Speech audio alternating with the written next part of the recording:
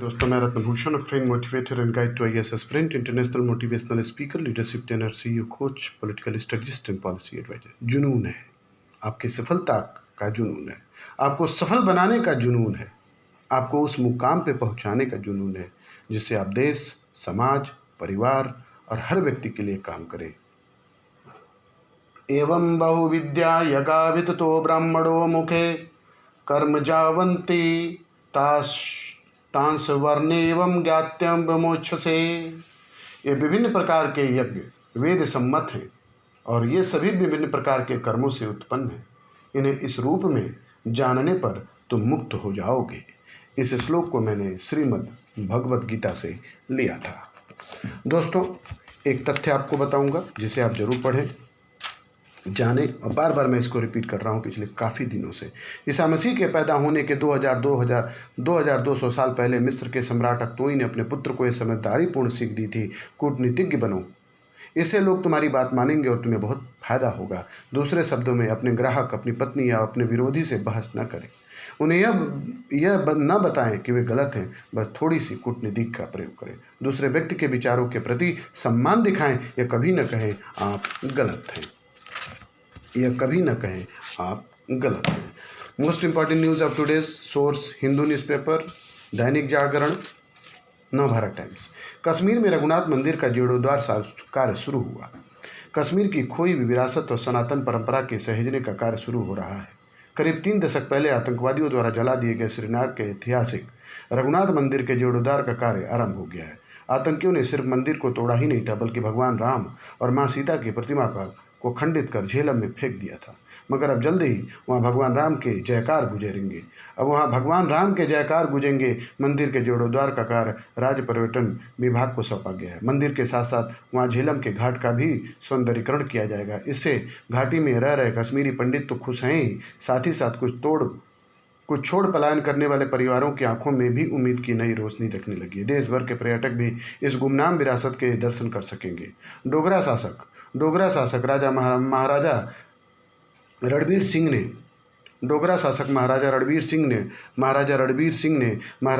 सिंह ने करीब 160 वर्ष पूर्व श्रीनगर में झेलम दरिया के किनारे इसका निर्माण कराया था।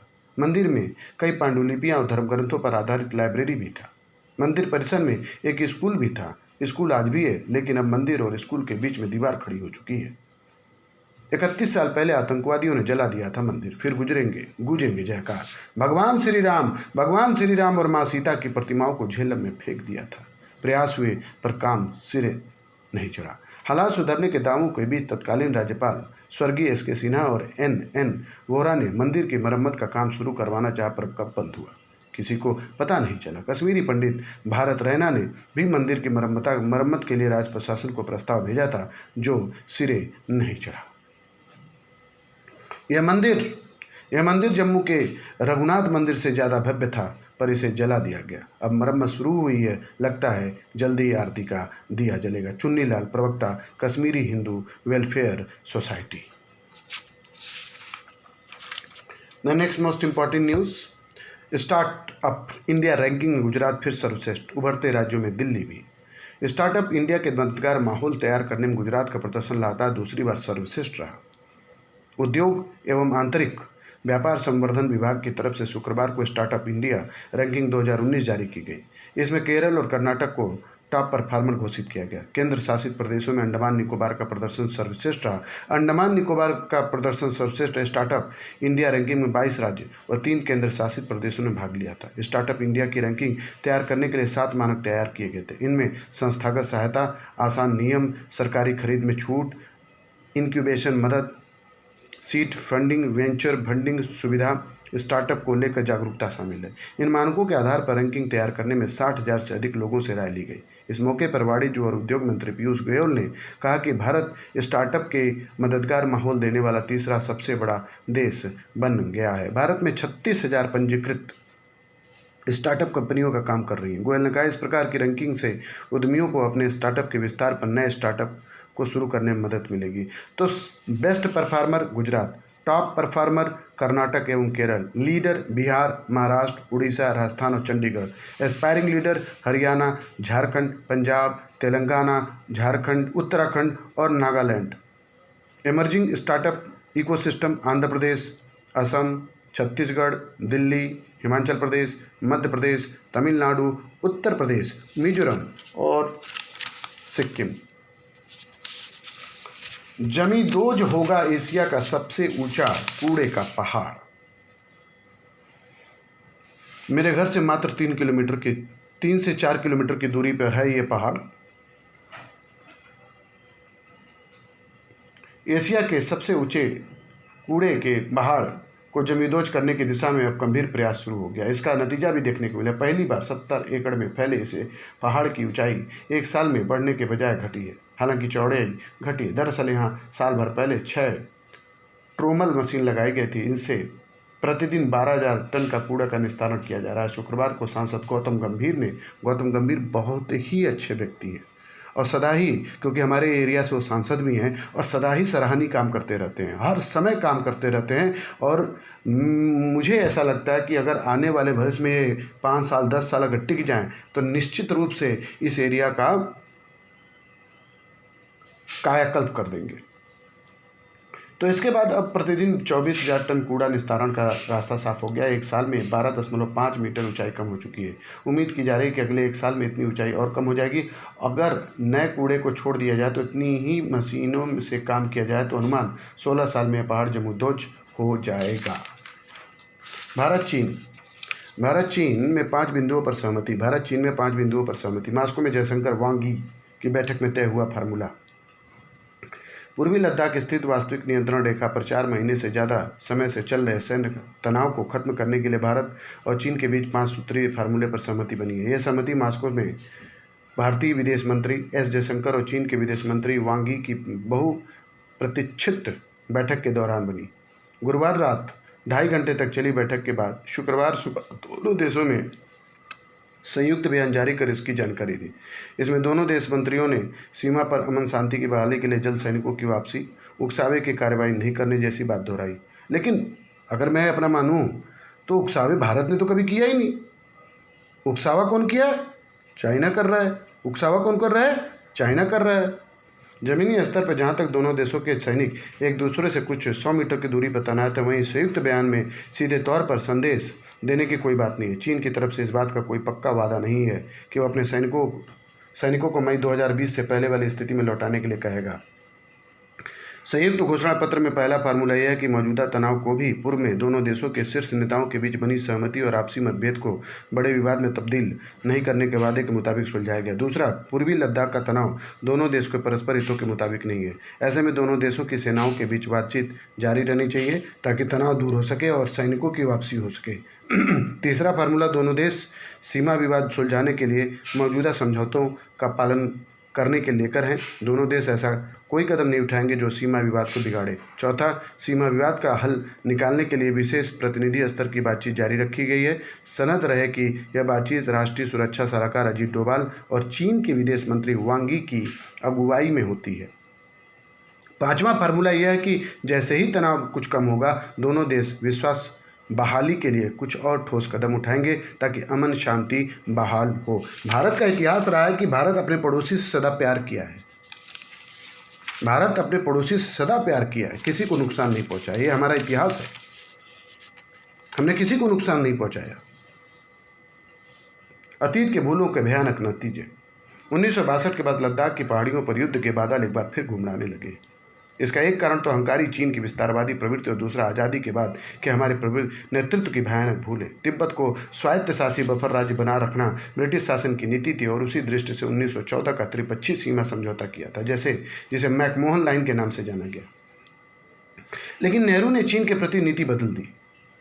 चीन में अक्टूबर 1949 में माओ सत्ता आ गई और 1950 में चीनी सेना कोरिया में अमेरिका के विरुद्ध युद्ध में कूद पड़ी। इसके साथ ही चीन ने तिब्बत पर नियंत्रण के लिए सेनाएं रवाना कर दी। वे सेनाएं हमारे अक्साई चीन के एक पुराने अविकसित मार्ग से होते हुए तिब्बत पहुंची। चीनी आक्रमण के जिस मार्ग को विश्व में जाना जाता है उसे हमने न जाने नाटक किया। ब्रिगेडियर दलवी अपनी पुस्तक हिमालयन ब्लंडर में लिखते हैं कि अक्टूबर 1950 की बात है। एक दिन अचानक जनरल लैटिन उद्गिन होकर लेक्चर हॉल में आए और कहा, तुम्हारे नेताओं की आक्रामकता के कारण चीन ने भारत के उत्तर में आज एक बड़ा दरवाज़ा खोल दिया है। तुम्हारी मुश्किलें कितनी बढ़ जाएंगी इसका तुम्हें अंदाजा भी नहीं है।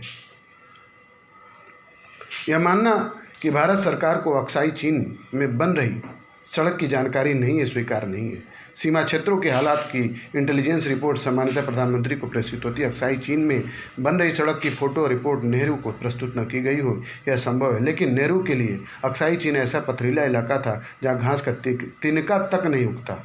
तब चीन कोरिया युद्ध में फंसा था। उस समय उसे भारत की ओर से अक्साई चीन छोड़ देने की चेतावनी भी पर्याप्त होती। हमारी एयरफोर्स इतनी सक्षम तो थी कि चीन को सड़क का काम रोकना पड़ता, पर सड़क बनने दी गई क्योंकि नेहरू चीन के साथ लेकर एशिया फॉर एशियंस अर्थात एशिया वालों के लिए जैसा द्वीपसप्तन देख रहे थे। इस दिव्य स्वप्न के चलते चीन का तुष्टीकरण हमारी नीति बन गई। 1957 में इस सड़क का उद्घाटन हुआ। विश्व भर में समाचार फैला तो हमारे नेतृत्व में भी चकित होने का ड्रामा किया। हमारे नेतृत्व द्वारा तिब्बत को स्वायत्त शासी राज्य के शासन पर स्थान पर चीन के आधिपत्य का प्रदेश मानने का परिणाम हुआ कि तिब्बत से भारत के जो भी परंपरागत सीमा, व्यापार, सांस्कृतिक समझौते हुए थे वे सब अर्थहीन हो गए।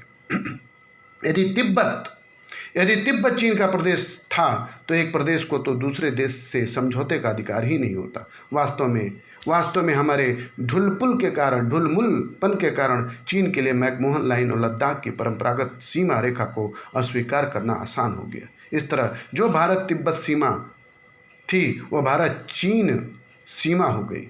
फिर पंचशील जैसा आतंकवादी समझौता पर कर तिब्बत में जो भी हमारे अधिकार थे वे सब छोड़ दिए गए। तिब्बत की प्रताड़ना प्रारंभ हो गई। एक अध्ययन के अनुसार शांतिपूर्ण तिब्बती भिक्षुओं और लामाओं सहित करीब 1,08,000 तिब्बती मारे गए।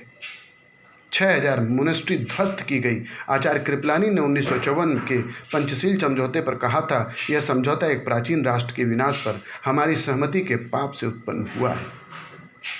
1962 का युद्ध 20 अक्टूबर को प्रारंभ होता है।